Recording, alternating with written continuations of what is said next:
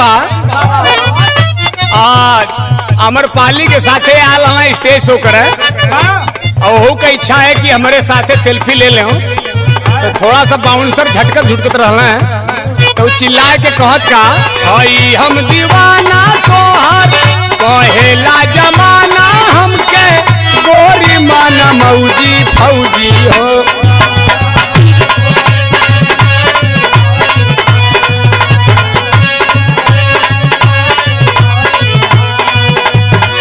हमहू के देदा तानी सेल्फी एक बेर सट के अमरपाली भौजी हो हमहू के देदा तानी सेल्फी एक बेर सट के अमरपाली भौजी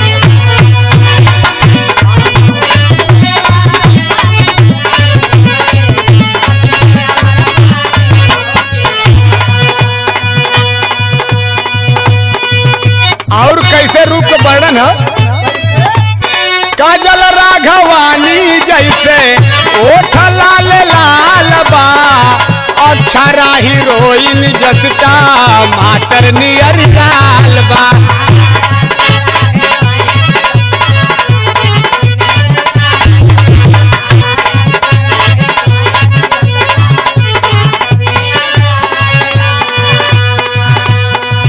काजल राघवानी जैसे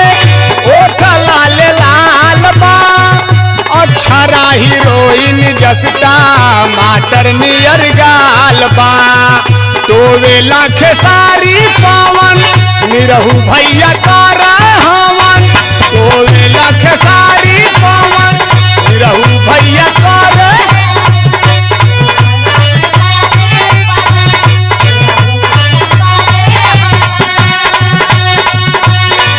तोवे लाख सारी पवन निरहु भैया कर हवन करेलू तू सौजा सौजी हो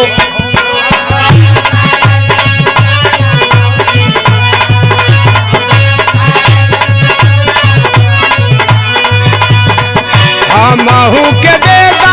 तानी सेल्फी एक बेर सट के अमरपाली भौजी हो हमहू के देदा तानी सेल्फी एक बेर सट के अमरपाली भौजी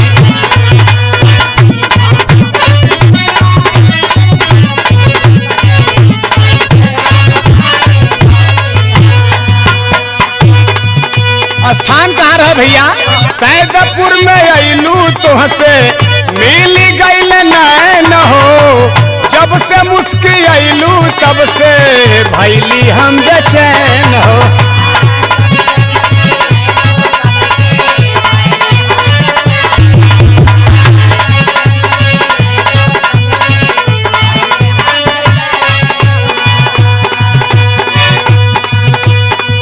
सैदपुर में अइलू तोहसे मिली गईल नैन हो जब से मुस्की अइलू तब से भैली तोहर फैन हो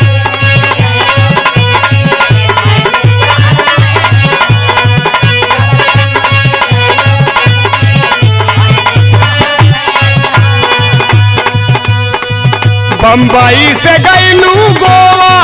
गाजीपुर का खैलू खोवा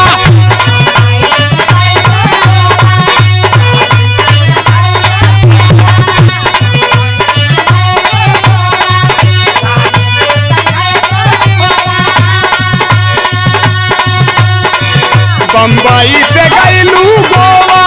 गाजीपुर का खैलू खोवा नील गइलू कुल कलौजी हो लील गइलू कुल कलौजी हो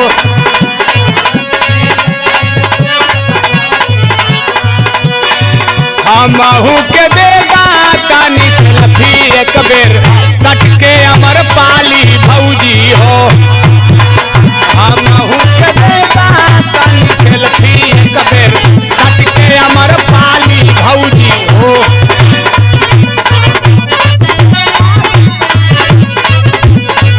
सट के अमर